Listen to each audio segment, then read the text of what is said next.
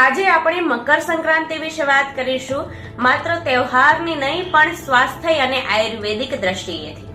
હરિઓમ, મારું નામ ડોક્ટર ચંદ્રિકા ગોહિલ છે. આઈ એમ અ નેચરોપેથિસ્ટ, એક્યુપ્રેશર થેરાપિસ્ટ એન્ડ એક્યુપંક્ચરિસ્ટ. મકર સંક્રાંતિના દિવસે સૂર્યદેવ ધનુ રાશિમાંથી નીકળી મકર રાશિમાં પ્રવેશ કરે છે. આની સાથે જ સૂર્યની ઉત્તરાયણ ગતિ શરૂ થાય છે.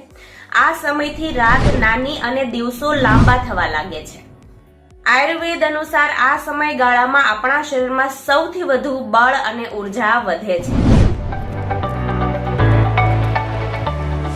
મકર સંક્રાંતિ પછી દિવસો લાંબા થવા લાગે છે.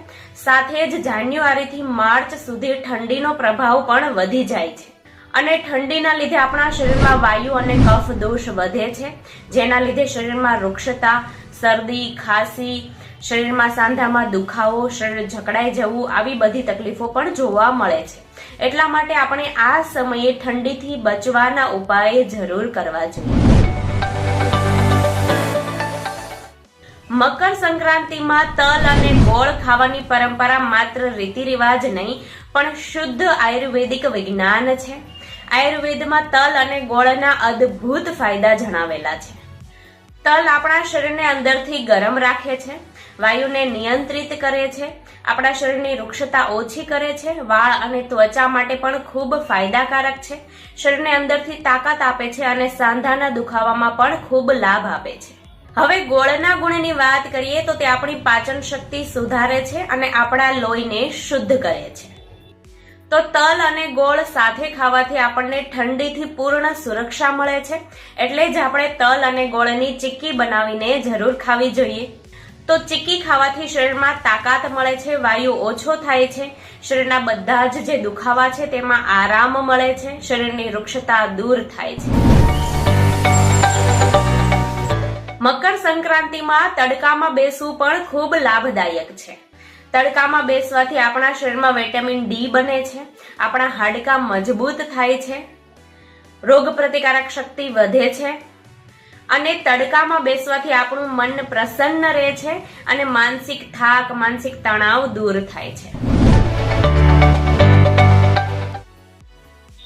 મકર સંક્રાંતિમાં શેરડી ખાવી પણ ખૂબ ફાયદાકારક છે. આયુર્વેદમાં શેરડીને બળવર્ધક કહેલી છે. તે શરીરમાં તરલતાને જાળવે છે, પિત્તને ઓછું કરે છે, શરીરમાં કમજોરીને થાકને દૂર કરે છે. શિયાળામાં શેરડી ખાવાથી શરીરમાં પ્રાકૃતિક રૂપે ઉર્જા વધે છે. મકર સંક્રાંતિના દિવસે તલના તેલથી અભ્યંગ એટલે માલિશ કરવાથી પણ ખૂબ ફાયદા થાય છે. તો તલના તેલથી માલિશ કરવાથી આપણા શરીરમાં વાયુ નિયંત્રિત થાય છે, શરીરના બધા જ દુખાવામાં આરામ મળે છે, ત્વચા મુલાયમ રહે છે, શરીરમાં ગરમાહટ રહે છે અને ઊંઘ સારી આવે છે.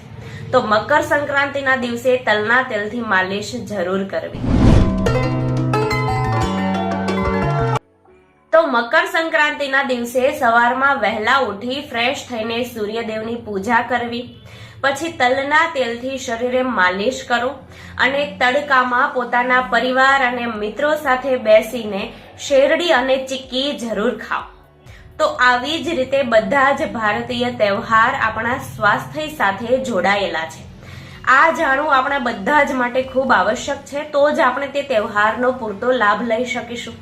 હવે આ જાણકારીને આગળ વધારવા માટે આ વિડીયો બધાને શેર કરો અને અમને સપોર્ટ કરવા માટે વિડીયોને લાઇક કરો, અમારી યુટ્યુબ ચેનલને સબસ્ક્રાઇબ કરો. જો તમને અમારા વિડીયો જોવા પસંદ આવતા હોય તો તમે અમને સપોર્ટ કરી શકો છો અને thank you so much for watching.